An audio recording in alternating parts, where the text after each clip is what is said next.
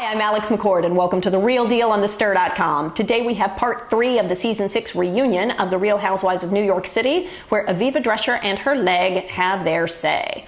Also, the premiere of a brand new, totally different format of a show called The Singles Project.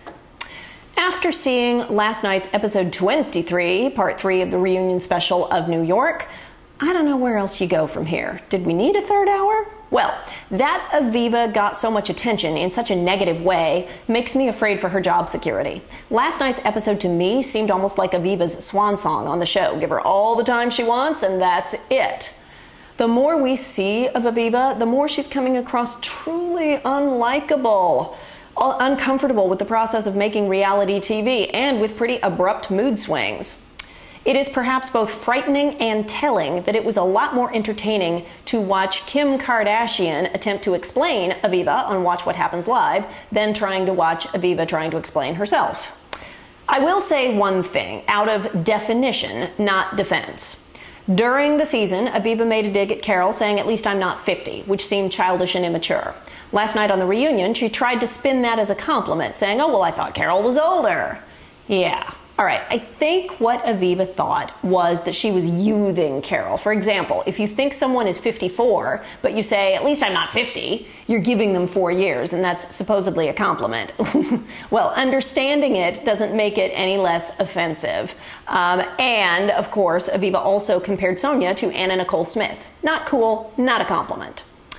Like the cast, I don't believe for a moment that Aviva removing her leg was not planned and premeditated. She insisted she can take that leg off in 5 seconds.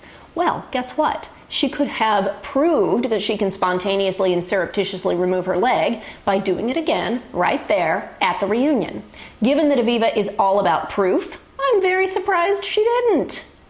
The cast and Andy are clearly fed up with her. You get to a point on a show where a cast member being crazy may be too much for everyone else. In order for the crazy person to make good TV, see, the other cast have to play along. They have to still show up with the intention of having a good time with her and then be shocked or horrified or amused when Madam Crazy brings the antics. See, this worked well for Kelly Bensimon because underneath all the nonsense, you could always see her good side. But that time has passed for Aviva. The other women are not willing to show up to film with her, and if they're forced to, as they clearly were on the finale, they look and come across as though they don't trust her and they want to protect themselves. It can be good TV to dump the Christians in the arena with the lions, but only if they are helpless and unprepared. If they come in with full body armor and a tank, it's not fun anymore. The ladies now protect themselves too much against Aviva, and I don't see how they can get any genuine moments anymore. And see, that is the problem. For all we snark about producer setups and engineering behind the scenes, blah, blah, blah, one of the things that still, even today, continues to be magical about the Housewives franchise is that there are genuine moments. Yes, you can have people lying to you to get you to show up. Yes, you can have people suggesting things to you or putting words in your mouth during interviews, or trying to anyway. You can even have somebody text you in scene with a bullet point. But once the cameras are on you, it is all on you. What comes out of your mouth is in your control. The producers cannot flip the table, pull the hair, throw the leg, or make the statement or storm out for you. It's on you. And for that, there's still an element of surprise. But not with Aviva. Not anymore.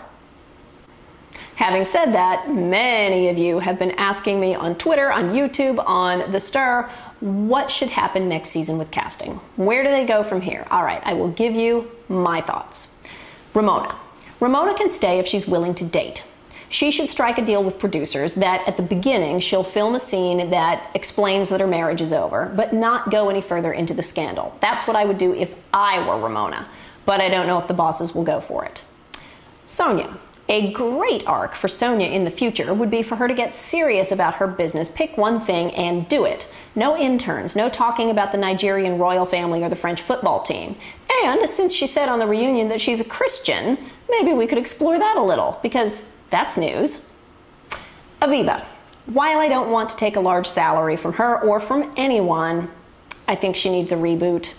In an interview with BuzzFeed, Carole mentioned that Avivas' husband Reed tried to make a deal with producers this season. He said, "I'll deliver her to Montana if you guarantee you'll hire her for season 7.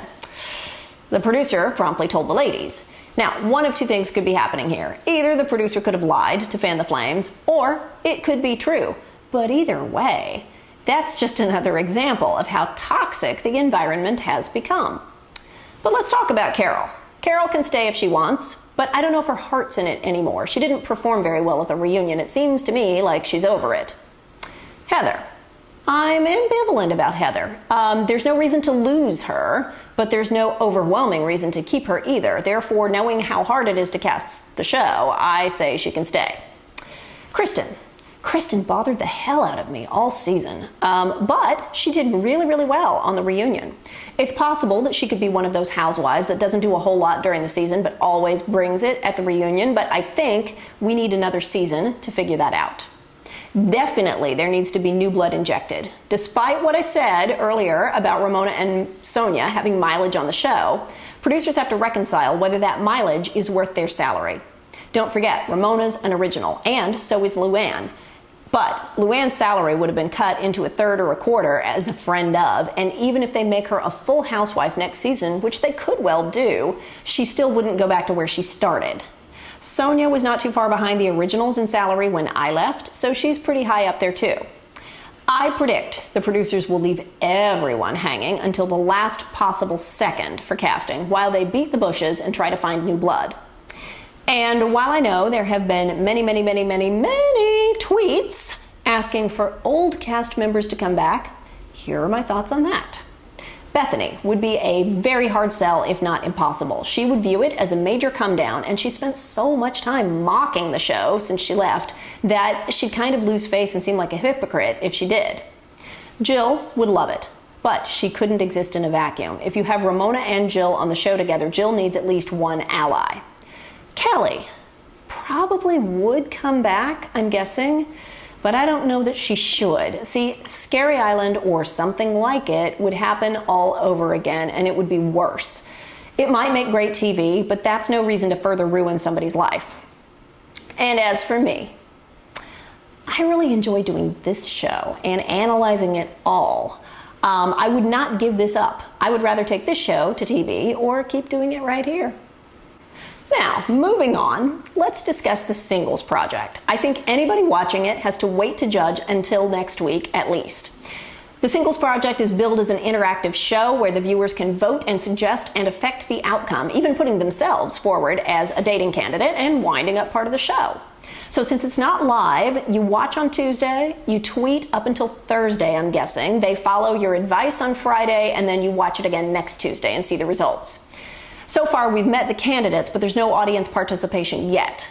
I would give it at least one more week to see how the interactivity part of it goes, because that is the thrust of the show. That's what makes it different than any other dating show. One thing I will say, as I watched, I realized I know at least one of the cast, and most of them have been on my Facebook for years.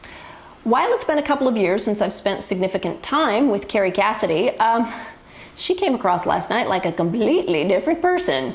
My opinion in real life is that she's a fun, hard-working woman, as opposed to the shrieky, girly, immature, shallow character she seemed last night, trying to seem 10 years younger than she is with a serious case of vocal fry. She doesn't speak like that in real life. So what's up? Is she playing a character? Is she trying to fit into the casting box? Or is she uncomfortable in her own skin when a camera is on her? And if that's the case, will she grow up to be Aviva Drescher? Let me know what you thought in the comments. For now, I'm Alex McCord. You're watching The Real Deal on thestir.com. Don't forget to subscribe on YouTube, and I'll see you tomorrow.